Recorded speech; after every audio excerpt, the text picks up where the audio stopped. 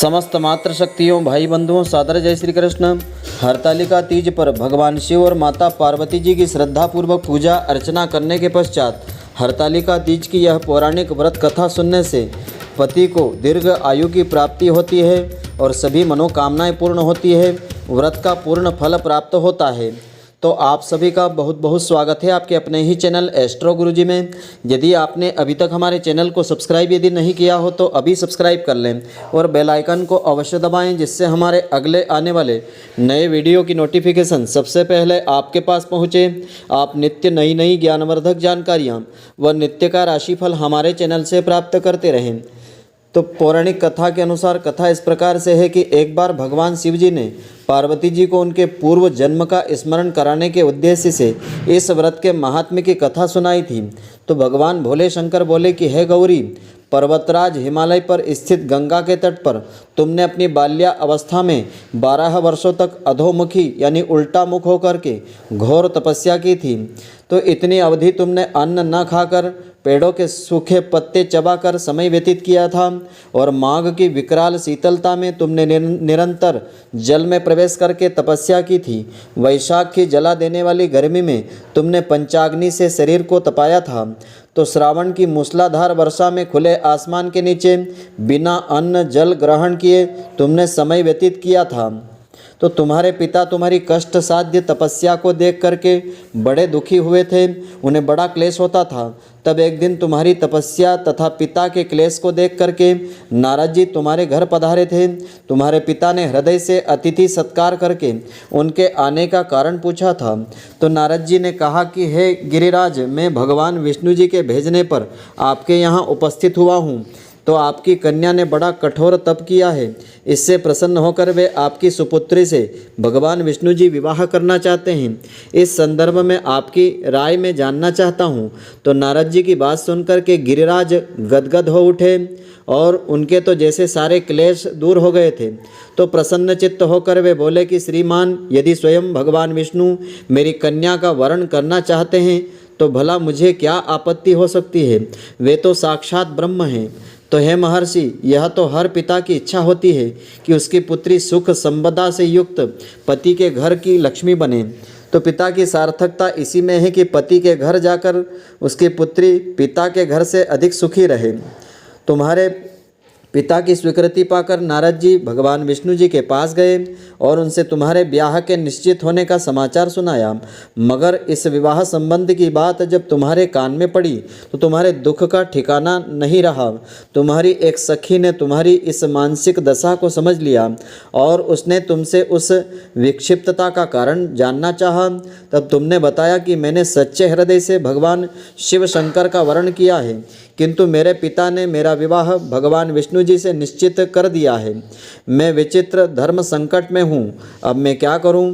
प्राण छोड़ देने के अतिरिक्त अब कोई उपाय शेष नहीं बचा हुआ है। तुम्हारी सखी बड़ी ही समझदार और सूझबूझ वाली थी।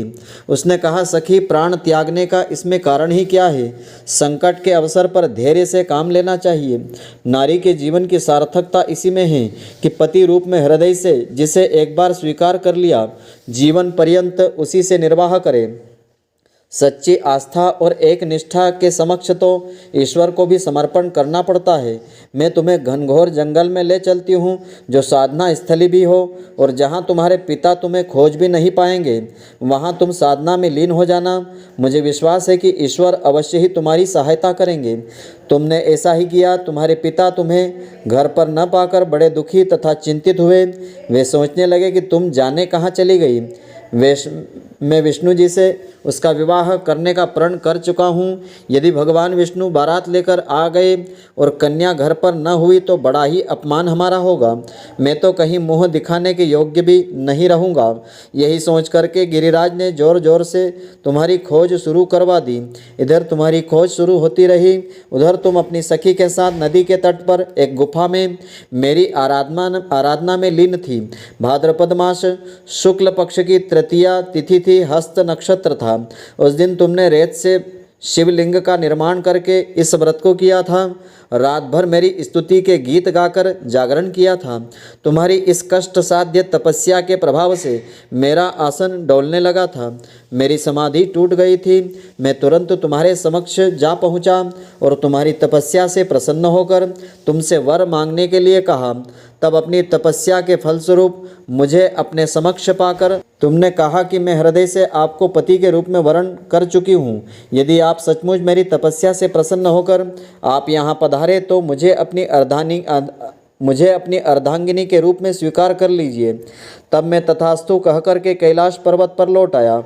प्रातः होते ही तुमने पूजा समस्त सामग्री को नदी में प्रवाहित करके अपनी सहेली सहित व्रत का पारणा किया था। उसी समय अपने मित्र, बंधु व दरबारियों सहित गिरिराज तुम्हारे पिता खोजते खोजते वहाँ आप जा पहुँचे और तुम्हारी इस कष्ट साध्य तपस्या का कारण तथा उद्देश्य पूछा। उस समय तुम्हारी दशा को देखकर गिरिराज अत्यंत दुखी हुए और पीड़ा के कारण उनकी आंखों में आंसू उमड़ आए थे। तुमने उनके आंसू पोंछते हुए विनम्र स्वर में कहा कि पिताजी, मैंने अपने जीवन का अधिकांश समय कठोर तपस्या में व्यतीत किया है। मेरी इस तपस्या का उद्देश्य केवल यही था कि मैं महादेव को पति के रूप में पाना चाहती थी। आज मैं अपनी तपस्या की कसौटी पर खरी उतर चुकी हूँ। आप क्योंकि विष्णु जी से मेरा विवाह करने का निर्णय ले चुके थे, इसलिए मैं अपने आराध्य की खोज में घर छोड़ कर के चली आई। अब मैं आपके साथ इसी शर्त पर घर जाऊँगी कि आप मेरा विवाह भगवान विष्णु जी से न करके भगवान महादेव से करेंगे। तो गिरिराज मान गए और तुम्हें अपने घर को ले गए। कुछ समय के पश्चात शास्त्र की विधि के अनुसार विधान पूर्वक उन्होंने हम दोनों का विवाह करवा दिया।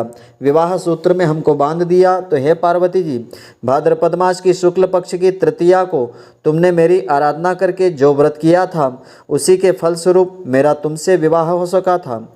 इसका महत्व यह है कि मैं इस व्रत को करने वाली कुमारी कन्याओं को मनवांछित वर का फल देता हूँ। इसलिए सौभाग्य की इच्छा करने वाली प्रत्येक युवती को इस व्रत को पूरी निष्ठा और एक चित्त, एकाग्र और आस्थापूर्वक, श्रद्धापूर्वक करना चाहिए और इस दिन इस कथा को अवश्य श्रवण करना चाहिए, जिससे कि इस व्रत का पूर्ण फल प्राप्त होता है। तो आशा करता हूँ कि आपको हमारी यह ज्ञानवर्धक जानकारी पसंद आई होगी। यदि आपको पसंद आई हो तो आप हमारे वीडियो को लाइक व अधिक से अधिक शेयर अवश्य करें। धन्यवाद। जय श्री कृष्ण। फिर मिलेंगे।